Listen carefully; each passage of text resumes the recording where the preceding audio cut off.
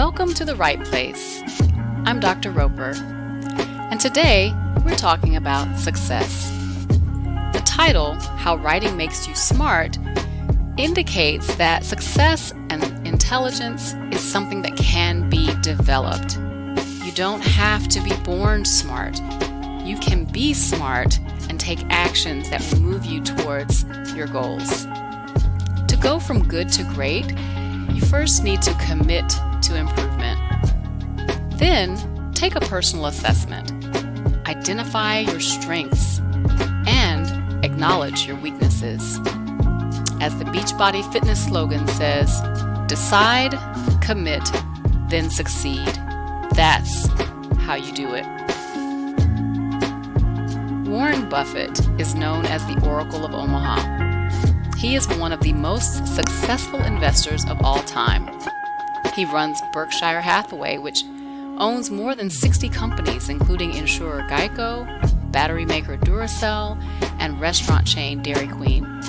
The son of a U.S. congressman, he first bought stock at age 11 and first filed taxes at age 13. I would say Warren Buffett knows a little bit about success. So Warren Buffett uses 3 criteria to choose the individuals and companies that he'll invest in. First of all, he looks for those who have integrity. And integrity is all about doing what you say you're going to do. Energy, that's having good health and a bias towards action. Are you someone who tends to do what they say they're going to do and have the ability to complete those tasks? Also, intelligence. But we're not just talking about the kind of intelligence that you're born with. It's about practicing wise thinking.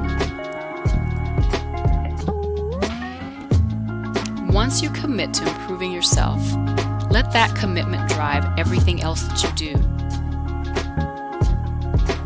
There's a quiz that will be connected to this presentation that will allow you to assess your strengths and your weaknesses and those areas that you can work on developing so that you will be the type who has integrity, has intelligence, and has that bias towards action. Once you take the quiz, look at where you are. If you're a good student, this workshop will affirm what you already know. If you scored pretty well, this workshop will provide you with the tools to take you to the next level. If you scored okay, settle in and take notes. If you're struggling, don't stop with this workshop. Make an appointment with a Writing Center tutor, your advisor, and your professor. All 3 of these people working together can help you improve. And once you are committed to improving, you will. So, what is your learning style? Once you determine the type of learner that you are, you will know what works best for you. For example, visual learners learn by reading or seeing pictures. They remember things by sight, and they picture what they're learning in their heads. So a strategy for a visual learner when it comes to developing their knowledge on any subject is to write down keywords and ideas, to draw pictures or diagrams to understand concepts, and perhaps even to use color coding for notes. But maybe you're an auditory learner. Auditory learners learn by hearing and listening. They're better at understanding spoken instructions rather than written. So, a strategy for an auditory learner might be to use flashcards and read them out loud. Reading out loud in general, because you're able to also hear what it is that you're reading. Perhaps you can even record yourself reading and then play it back when you're studying the information. Or maybe you are a tactile learner. Tactile learners are hands-on. They learn by doing. They remember through physical movement. They learn by touching, building, or drawing. So if you're a tactile learner, how can you harness this natural inclination that you have for movement when you're needing to collect information, to remember things. Maybe you can move while you're studying, whether it's on a treadmill or walking in your neighborhood. Maybe it's just a matter of taking short and frequent breaks during your study time. Maybe you're able to use something tangible to help you understand abstract concepts. Be creative. Once you've figured out the type of learner you are, what's next? One thing that all learners have in common, regardless of whether they're visual, auditory, or tactile learners, is that they can use writing to develop their intelligence. Writing is literally the one thing that everyone can do to develop themselves and improve their productivity. Why? Because writing equals thinking. It allows you to externalize your thoughts. When you can examine your thoughts, you can process them and identify patterns. You can draw conclusions about the best course of action. It doesn't mean you have to be a writer, but simply writing things down is a very important step. So, here are 3 steps that I would recommend as we work to improve our success, improve our chances of success. First of all, you want to be able to manage your time, you want to be a good note taker, and reading is going to be really important no matter what it is that you're doing. So first, let's talk about time management. Peter Drucker says, until we can manage time, we can manage nothing else. So how do you spend your days? One way to manage your time is perhaps to start keeping a journal. If you like to write, journaling will come easy for you. But even if you don't, a bullet journal is an easy way to keep track of your day. You can keep all of your notes, tasks, and to-dos in one place, keep it with you, and you can develop a system of listing and using symbols to help you keep track of what you need to keep track of.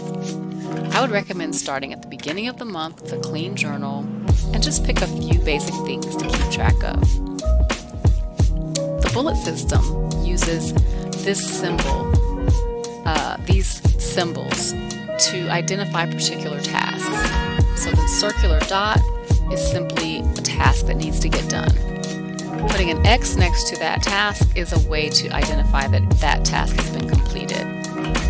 The forward arrow means tasks that are migrated, that is moved to your next month or day in your journal because you could not complete it when scheduled. And then the other arrow are tasks that are scheduled, moved to a date in your bullet journal, another date. Events are represented with a circle. Notes are shown with a dash. And then there are signifiers that you might use, such as a star to represent something that has priority, or an exclamation point for things you are finding to be amazing or that you do not want to forget. So here are some resources if you're interested in bullet journaling. Bullet journals can be very complex or very simple, so just find a system that works best for you. There's no right or wrong.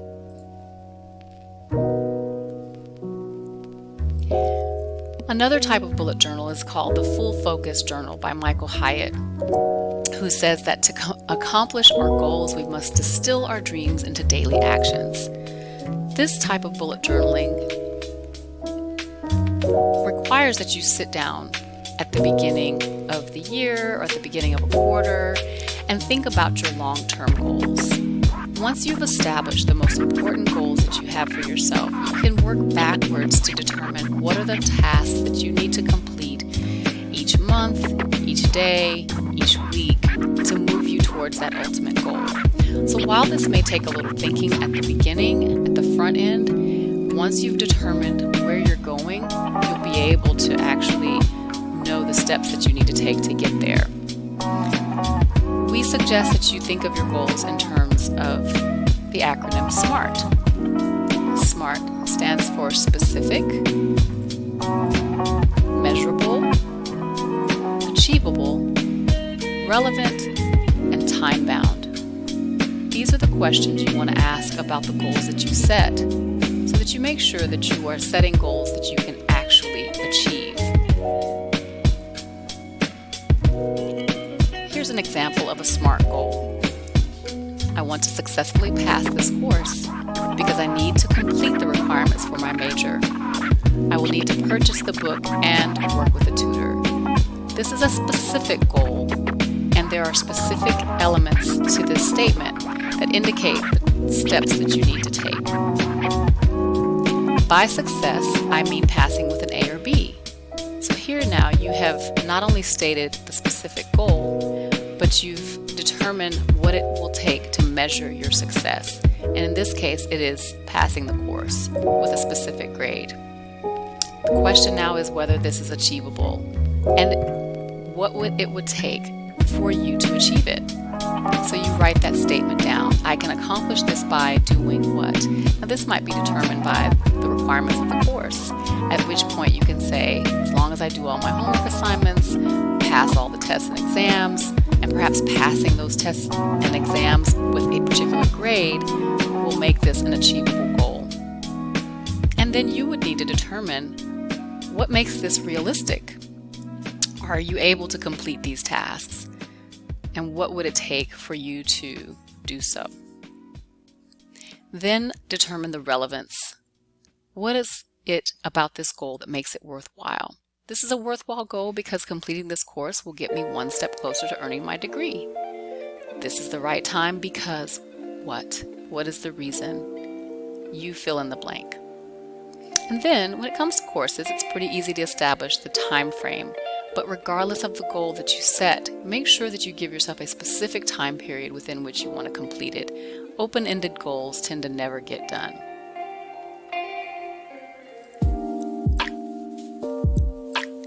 Here's an activity. Write down one SMART goal for yourself. And then write down 3 specific tasks that you can do today that will move you towards that one goal.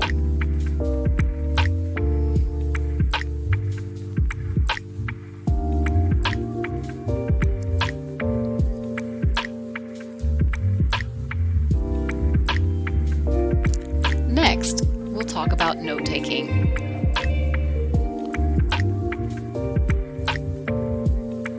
There are 2 kinds of note-taking that we'll talk about today: class notes and reading notes.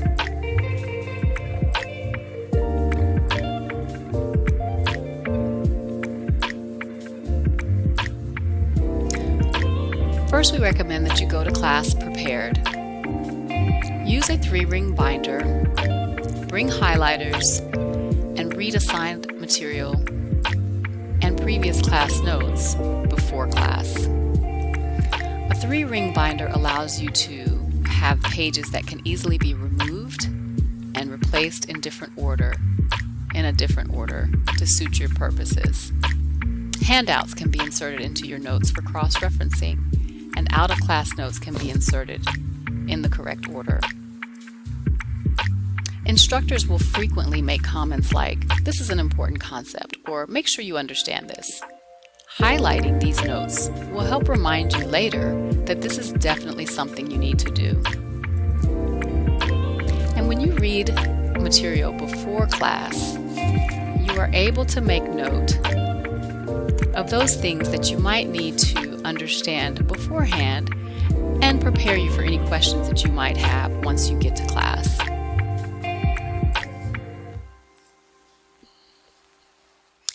The next tip is to improve your listening skills. Now, this is something that will be unique to every individual, but make a conscious effort to pay attention when you're in class. For some, particularly those who are auditory learners, that might mean bringing a recording device so you can record the lecture and then listen to it again later. You want to adapt also to whatever direction a lecture takes. Try not to zone out.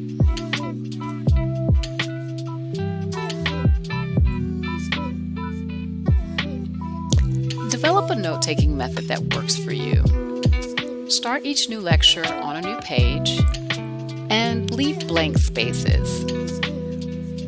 Also, it's a good idea to date and number each page and write on only one side of the paper because it makes it easier for side-by-side reviewing when you're studying for an exam.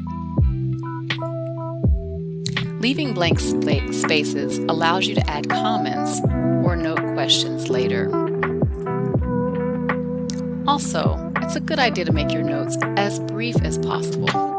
Never use a sentence when you can use a phrase, or a phrase when you can use a word. If you can, develop a system of abbreviations and symbols that you can use wherever possible. This will help you to keep notes in a way that's easy to identify the important information, and it also might allow you a shorthand that is easy to do in class when you're trying to keep up with what the lecturer is saying.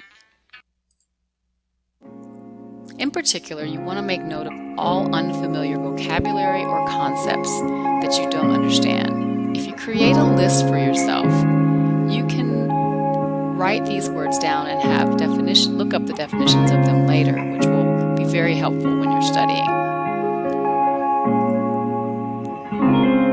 So what exactly should you write down when you're taking class notes? Well, first of all, begin with the big concepts first. Rather than trying to write down or memorize every detail, begin with the main point, main topic, or major concept first.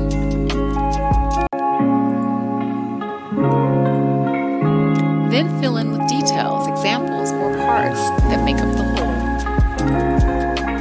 This will help you know the information rather than just remembering it short term. If you begin with the big concepts, then the details and examples will make sense. You can connect them to those big ideas, and they won't just be a bunch of small information, tiny examples and lists that you have no idea what they connect to. As we said before, you want to definitely write down the definitions of words because these will be important to memorize and know. Also, you want to keep track of anything that is listed, and certainly write down anything that is written on the board when you're in class. If the professor repeats or spells out information, definitely make sure you write that down.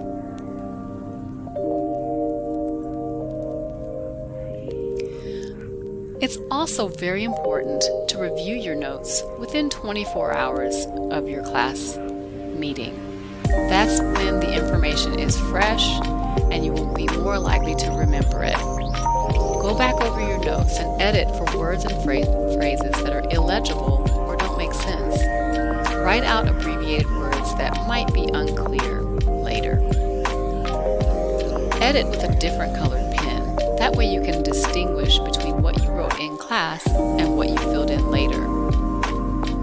Fill in keywords and questions in the left-hand column. Note anything you don't understand by underlining or highlighting to remind you to ask the instructor. Compare your notes with the textbook reading. Fill in important details in the blank spaces you left. This is the studying that is needed after a class is finished and before you get to the next class. So compare your notes with your textbook. It's not an either-or situation. You might even consider rewriting or typing up your notes if your handwriting is really, really bad. Just the act of rewriting and typing your notes, though, is a great way to make sure the information stays in your mind. Here's an example of the Cornell method of note-taking. In this example, you see that the note paper is divided into 3 sections. The notes that are taken in class begin here in sort of the middle of the page. This wide left margin then allows space for notes or other information to be added later after class. The notes that are written in the margin will help you to understand and relate each part of the notes that you've taken to the others.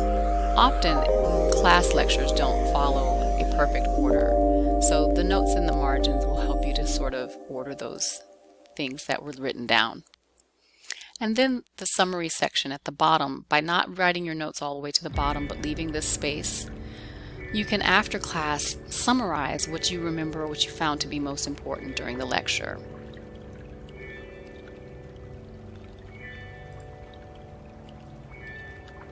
Now let's talk about reading. Sometimes reading can be intimidating when you're looking at material that is not familiar, maybe highly academic. So we suggest approaching any reading assignment with a particular strategy. That strategy begins by taking a look at the reading assignment from what we call an aerial view. That basically just means begin by skimming and make note of the headings and subheadings that the chapter or article is divided into. Once you have an idea of the main points, remember we talked before about beginning with the big ideas, these headings and subheadings will help you to identify those. Then it will be time to zoom in. Now, if you're someone who doesn't enjoy reading, I would recommend that you do each of these steps at separate times. So maybe take the aerial view, skim the chapter, make note of the headings and subheadings, and then do something else and come back for the closer look. Once you're ready to settle in to read the chapter or article one section at a time. It may not be possible to get through it in one sitting. You want to read slowly to make sure you're understanding. Highlight those things that seem important. Write in the margins if you're able to. Also, writing a sentence or two summary of each section either in the margin or in your notebook is a really great way to make sure that you capture what is being offered in that reading section. Once you're finished with the whole, see if you can write a sentence or two summary. This process of reading and note-taking is an excellent way to make sure that the information sticks in your mind. It allows you the opportunity to write down questions that you may have or highlight things that you do not understand so that you can ask someone later. And also, you will be able to use your notes when it comes time to write your research paper or even a test question, to answer a test question. You'll be able to actually do that if you've already done some of this note-taking during your reading time. So let's talk about studying. Do you know how to study? Well, let's talk about that for a moment. The rule of thumb is to spend about 2 hours studying for every 1 hour of class time. Now, nobody says you have to actually set a timer, but just get in your mind that you're going to need to spend a considerable amount of time with the material outside of the class lecture. The key is to make study a practice, something that you do. There are several study techniques that you can use, but in particular, we suggest that you first of all make it a priority to understand the information. The goal here is not just to pass a class, it's to actually know something once the class is done. So review your class notes, read the textbook or other assigned articles, but read them carefully. Don't just memorize. Remember, the goal here is understanding.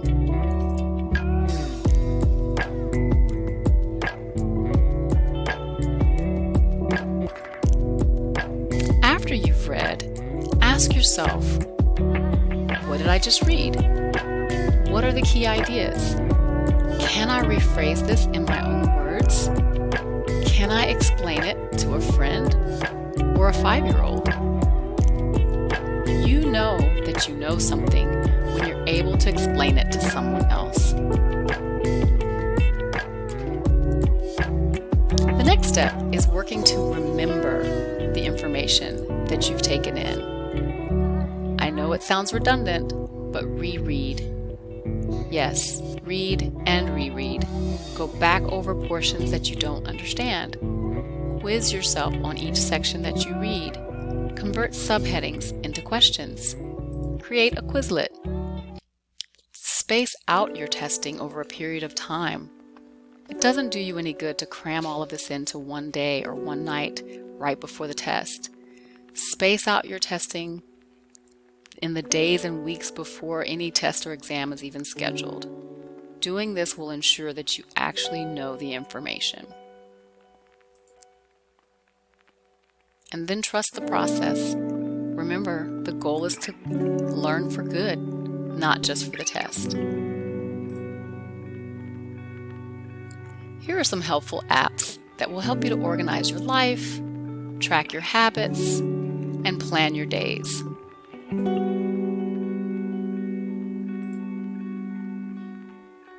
Forest is a wonderful stay-focused app that I highly recommend you try, particularly if you have a hard time staying on task.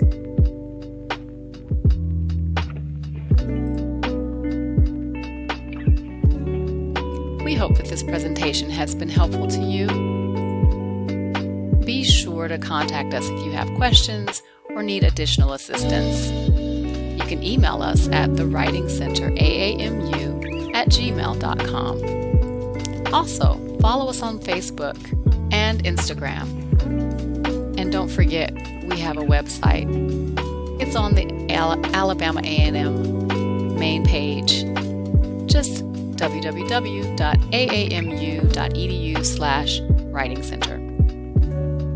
Until next time, have a great day.